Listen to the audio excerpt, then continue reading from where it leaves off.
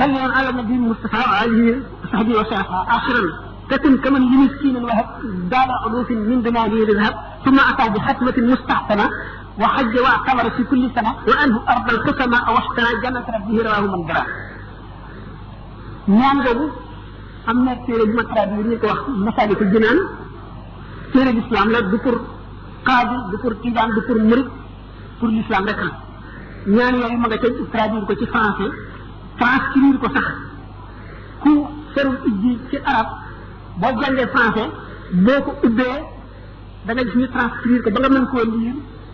ma nga ca mu ngi itam ci yeneen i téere toxatul magdim xam ne xëy na am na ci téere yoo xam ne sax mën ko waxee benn du ngeen ko fi mën a am waaye yi si gën a jege ci réer nag di mën a am masaalik boobu ku ko jëndul wala amuloo ko it wala may ñu ko nga laaj mën nga boo laajte da nga gis ku ko am boo ko seetee da nga ko ci gis ma nga ca dafa ne booy nelaw guddi bu mu nekk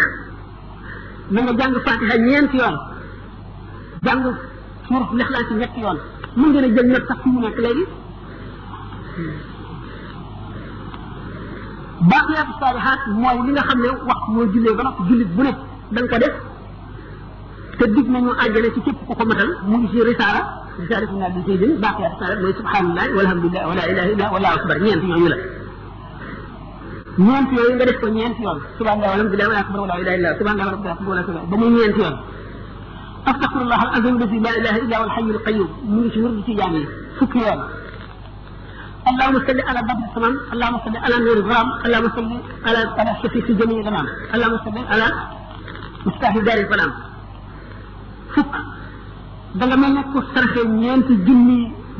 libideer wurus te da nga am nit gu rafet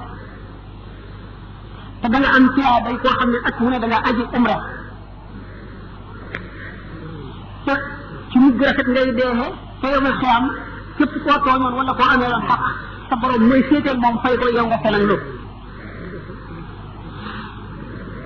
te da nga mel ne ku jënd àjjana ba moom ko muy sa alal sallallahu alayhi wa sallam moo ko wax kon nag loolu fonk ko jëfe ko bokk na ci li ñuy jëriñ sa ñaareelu laaj bi xamul boobu bu njëkk bu ci gën a am njëriñ kon boobu bu ngeen jógee ko ci xamul mën ngaa laaj ku ko xam mu noteel la ko nga bind ko wala nga transcrire boo xamee arab wala nga mën a lire arab nga di ko jàngee noonu boo xamul transcription baa ngi fi ñu transcrire la ko nga di ko def am na njëriñ waaw ñi ko enregistré sax waaw ñi ko enregistré dégg nañ ko